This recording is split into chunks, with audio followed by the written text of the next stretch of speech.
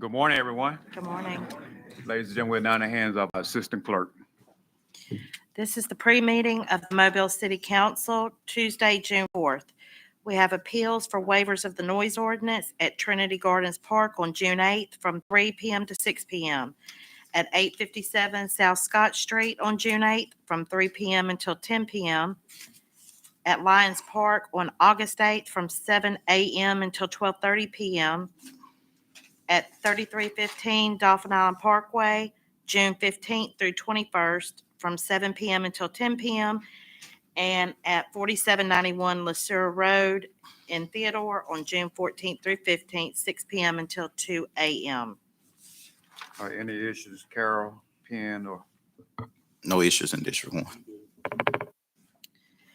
Public hearings. Today is the public hearing to consider modification of a previously approved plan unit development for property located at 1109, 1111, and 1113 West I-65 Service Road North. Public hearing to consider a modification of a previously approved plan unit development for property located at 4464 and 4474 Halls Mill Road. And the public hearings to declare the structures at 3154 Riverside Drive and 7151 13th Street public nuisances and order them demolished. any issues, anyone? Okay. Presentation of petitions and other communications to the council. Michael Evans wants to speak to problems with large trees in downtown, architectural building projects, wave transit, batting cage facilities, and the need for a 24-hour library. Just a second. Turn your mic on.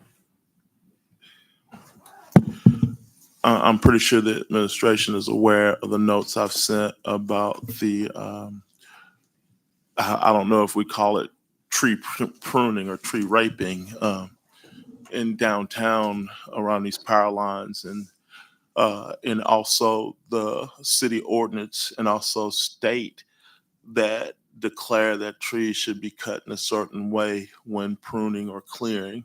I think that the pictures that you guys have been sent and I've sent clearly show that the pruning is well beyond what we need to do.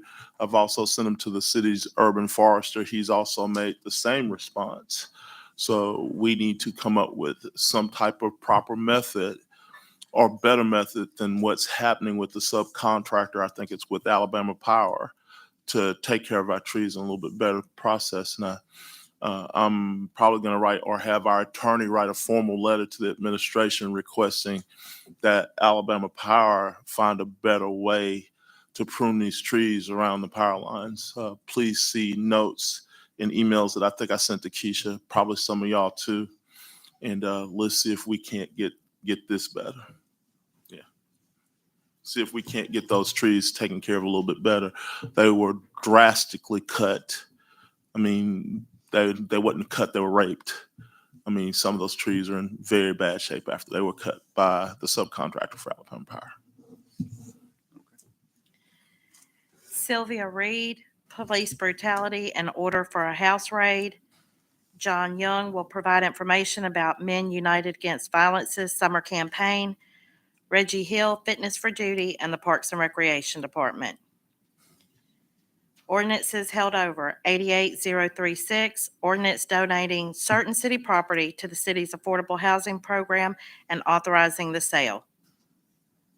Consent resolutions held over. 40293, declare the structure at 2154 Grove Court a public nuisance and order it demolished. Let's talk about. Yeah, good morning, Mr. President. I just wanted to update for the item in your district. We've held this over 2 separate times, 30-day increments, so that the owner could get a permit to repair the structure. Regretfully, she has not done that. This structure is located in a flood zone, so we gave, by the extensions, additional time to sort through those requirements to get a permit. Regretfully, she has not repaired the structural defects of the exterior wall and foundation. They're termite damaged, so those have not been repaired yet. I do recommend that we go forward, declare this a public nuisance for the demolition order. CIP resolutions held over. 21-486, authorized contract with H.O. Weaver and Sons for 2024 CIP resurfacing District 6 and 7. Mr. President, We wouldn't need to add Mr. Reynolds down as a sponsor. as a sponsor. Why don't we just add the entire council as a sponsor for all of the resurfacing? Is Nick here? Nick, just wondering if you've got an estimate on when the resurfacing will start this year? Good morning. Realistically, these typically start about 2 months after y'all finally approve it and it works through and the mayor ultimately signs the contract. I mean, we have a pre-construction meeting and it takes a minute.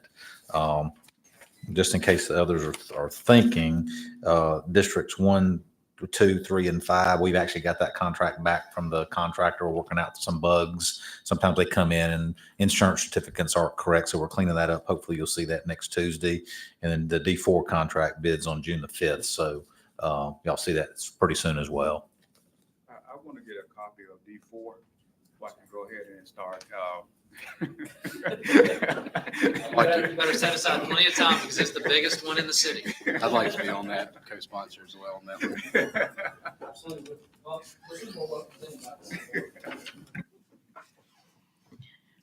Resolutions held over. 08-487, 488, 489, and 490 are approving purchase orders to Classic Paint and Body for damage repair to fire pumper truck, to Stivers Chrysler Deeds Jeep Ram for crew cab pickup truck, to UKG Chronos Systems for annual renewal of software, to Whisper Cool for portable HVAC unit for the tennis center.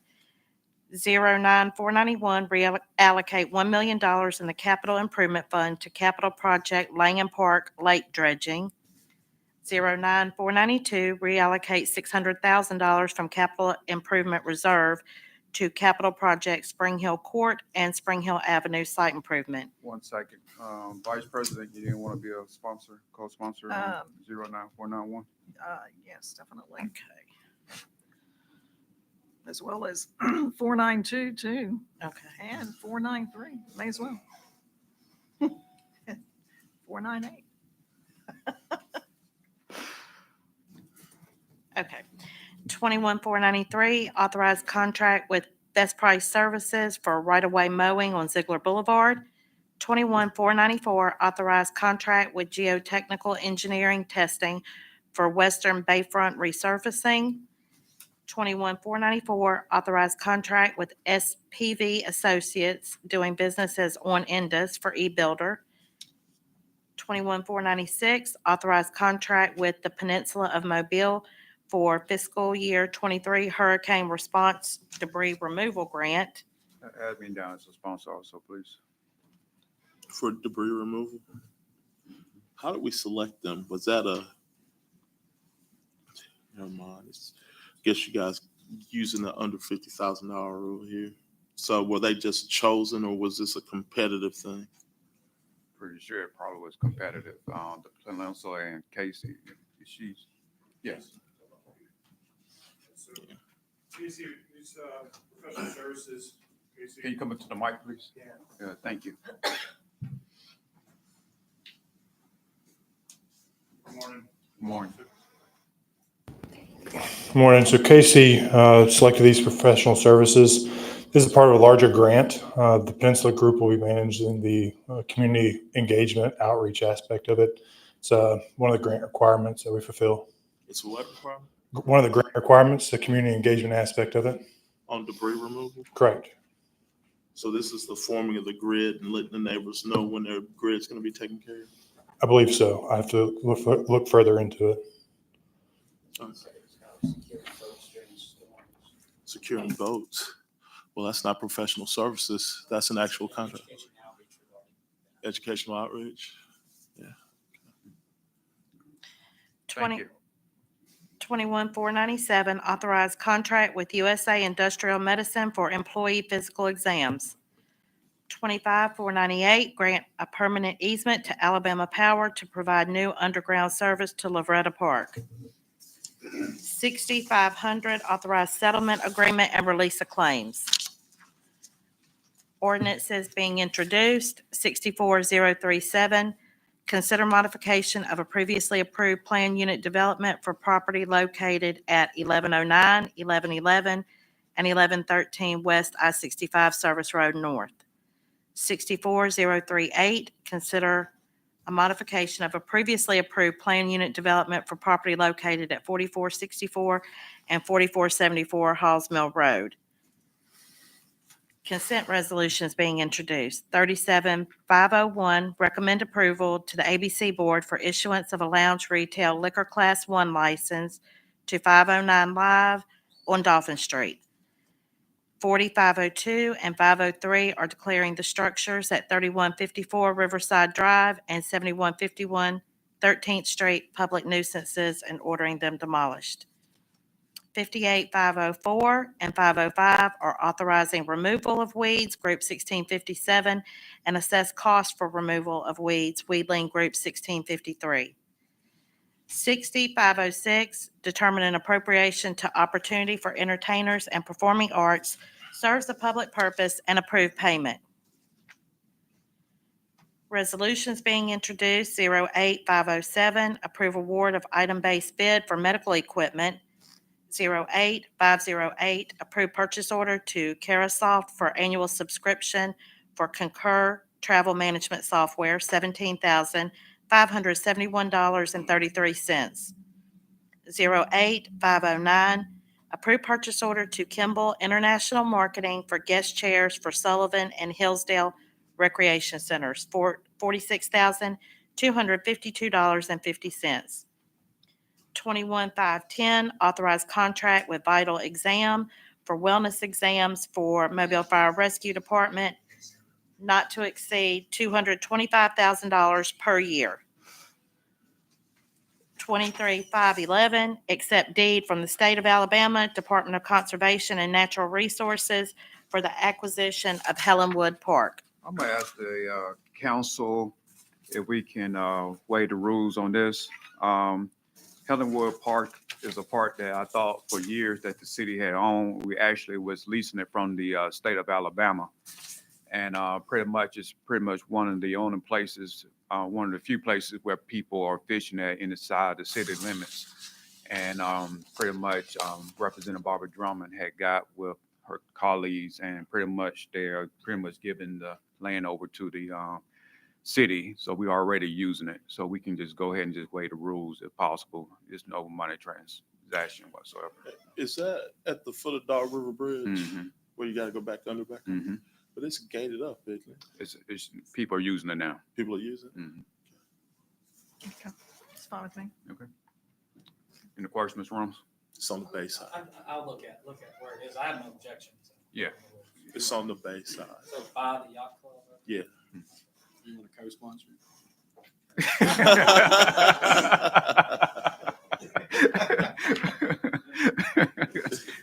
May as well.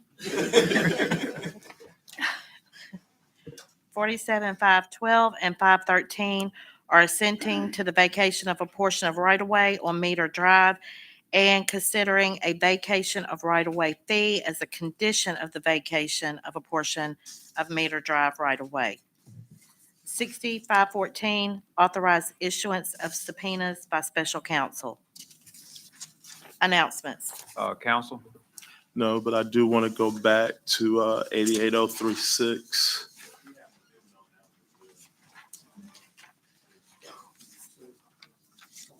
I talked to Mr. Linder, and on 88036, he pointed out two things. One is that we do need to include an amendment that specifically states that it has to be no longer needed for municipal use. The reason that language was omitted is because there's a secondary statute that allows you to use city property for housing, and we wanted to state that it's been also set up to be used as a public purpose. That's why the language was purposely omitted. But in talking to Mr. Linder, there's no harm in adding that language. I think it's an abundance of caution. We add the language that is no longer needed for municipal use, with the caveat that notwithstanding pursuant to 1196A3, that we're using it for a public purpose because we are donated it to the program. So it's a small change. Donating, I thought it was sold for $536,000. So if you look at the actual ordinance, you're going to see that it's being donated to the program so we can hold the mortgages pursuant to that secondary statute that I mentioned. And then it's being sold for that amount, but the amount that's actually coming to the city is 311. So 311,000 will come to the city. The other amount be paid with federal funds, which is why it didn't have to go through the normal process. When I like to thank Ms. Gregory for mentioning when we were going through the contracting ordinance, we purposely omitted anything that was going to be federal from the normal process, so it wouldn't have the politics involved, and also so it wouldn't have a violation of federal procurement in any way, shape, or form when we have to report the use of our federal funds. So, like I said, thanks again for Ms. Gregory pointing that out some years ago. So if anybody has any questions, I'm more than happy to answer them, but I do think we need to make that amendment based on Mr. Linder's suggestion that we do so. It was sent to you last week, last week, Tuesday, when I was sitting on the dais. To be clear, Ricardo, I guess what we've agreed on, it just needs to say is no longer needed for municipal purposes, but will be still in public use per the statute you mentioned. Yes. I'll Yeah. write something up for that before 10:30. Good deal. I'll get with you. Thank you. There was a meeting in Detente Square last week with about 40, 50 people. Unfortunately, I wasn't able to make it due to a prior engagement. Even though I think all but one is fine with the program or fine with moving it forward, there's a bunch of questions by other people, one dealing with cost, also, I shouldn't say improvement, but the increased value of the property going up versus what the city sold it to how is the process done? Was there a bid process? Was there an RFQ? There were other people in the room that are also developers that I guess that have sent me notes saying that how do I participate when I don't know about these things?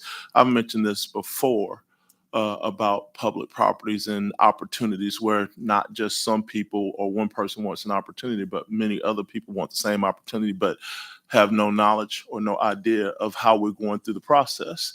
So I think that when we reach out to the public, or however we're reaching out to the public, we need to have some type of process that is loud and visible and everyone in the community can hear it, so that everyone that wants to participate or try to participate can. I told y'all last week, I'm a big proponent of affordable housing. I think that anything that we do that pushes single family ownership is a positive, especially when it's affordable. But I also believe that the competitive nature is a paramount for our city when other people want to participate in the process and don't know how or don't even know how to get there. I think Mr. Carroll's, first of all, say thank you to Mr. Carroll, because I don't think this project would have been possible without him stepping up and saying some things in the future. But more so saying thank you to our good partners at the school board. If you all might remember, not only do we need to make the process more public and a lot louder, we do have a public form of the process, both with the bid items and the federal side, but we do need to make it a lot louder and probably need to reach out to you all as council members. If you know developers, that list of developers that Mr. Carroll's talking about, we need that list of people who want to know. But secondarily, just reminding everybody that the council, this is probably one of the best land deals that you all have done, in that it costs no money, in that the school board acted as such a good partner. And that was in large part based on some early on conversations that Mr. Carroll was having with school board members about what was going to happen with Williamson, and then the ultimate land swaps that we did. This was a complete cash-free land swap dealing with Callaway, the Callaway school property, dealing with the Woodcock school that they ultimately gave to us, and then also Arlington, all that'll be used for affordable housing. So I think it goes without saying, not only do we appreciate it, but we do want that information for those developers who we need to reach out to, who want to do business with the city, and we'll make it a lot more visible and a lot louder. Mr. President, may I just tell the administration, all it takes is for posting on one posting when it's going to be available or property for development within the home builder's bid guide and bid date, and also with the commercial development contact, which lists every piece of property and every date that something's going to bid every month. I mean, a simple posting would do a whole lot more than just, reaching out to a few people. That way, every developer across the county and across the state will be able to see it weekly, daily. And we're not doing that. I mean, we're simply going out to the people we know. I think that we need to look into how we're doing things in that department, because we should be doing so much more. Maybe one caveat, that 311 is split. I didn't make it clear. The 311 split between the school board and the city. We split the proceeds of the sale of this property. Yeah. Anything else from the council? Anything from the administration? No. All right, we'll see you on 10:30.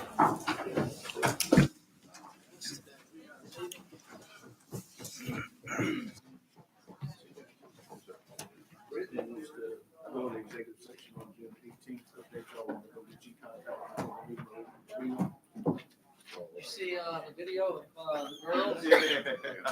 Thank you.